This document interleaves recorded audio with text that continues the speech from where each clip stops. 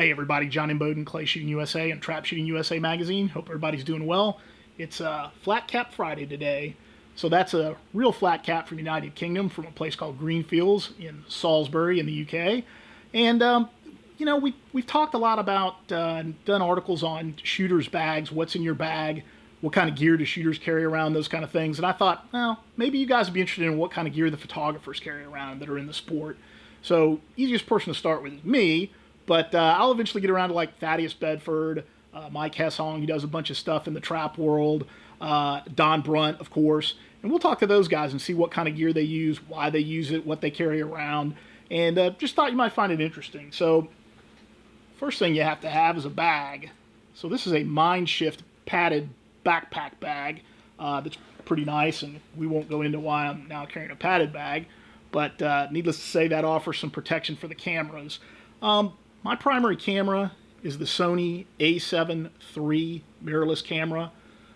This is sporting the f4 70-200, which takes fantastic images in my opinion. This is a 24 megapixel camera with the additional battery grip, so I'm not changing batteries as much, although this Sony version has a larger battery than my other cameras, which helps out quite a bit. Sony's kind of been the pioneer in the mirrorless market. I used to shoot Canon gear, transitioned over to the Sony gear a few years ago. You know, back in the day, these cameras had a mirror, pentaprism mirror that flipped up and down. Those days are gone. This has an electronic viewfinder that reads the data right off of the sensor. So pretty cool technology. Like I say, I went with Sony. They seem to be the innovator in the marketplace. Of the cameras in your phones are actually Sony sensors. A lot of the other camera manufacturers actually use Sony sensors in their cameras as well. They don't necessarily tell anybody about that, but they do.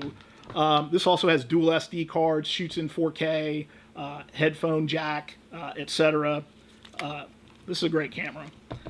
For my backup, which, you know, if you shoot professionally or semi-professionally, you got to have two bodies. You're going to have a wide angle or you know, focal length lens on one body for those close-up shots, and you don't have time to change lenses, and you don't know when things are going to happen. So you've got to have a telephoto lens on one body and another lens on another body, a wide angle lens on another body. So I'm currently shooting this with my primary B camera, which is a Sony a6300 24 megapixel mirrorless camera.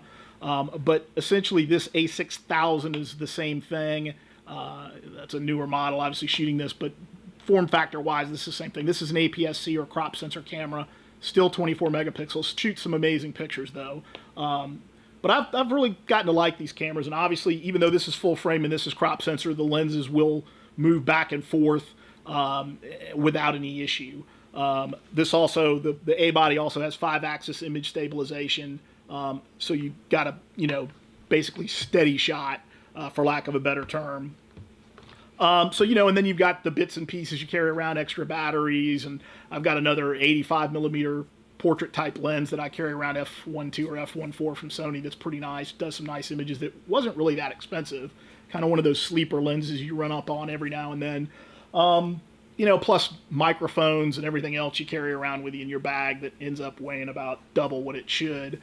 So anyway, I just thought that might interest you guys. I know I get some asked from a lot of people about like, what camera would you recommend?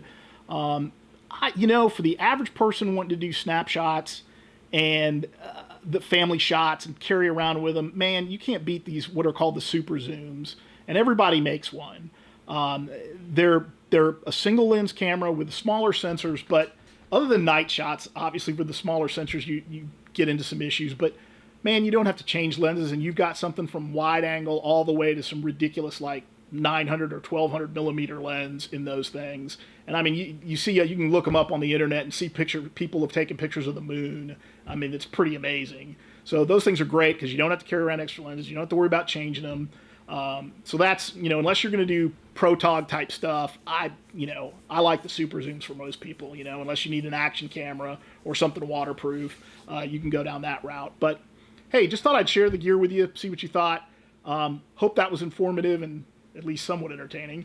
So anyway, we'll talk to you next time. Thanks. Bye.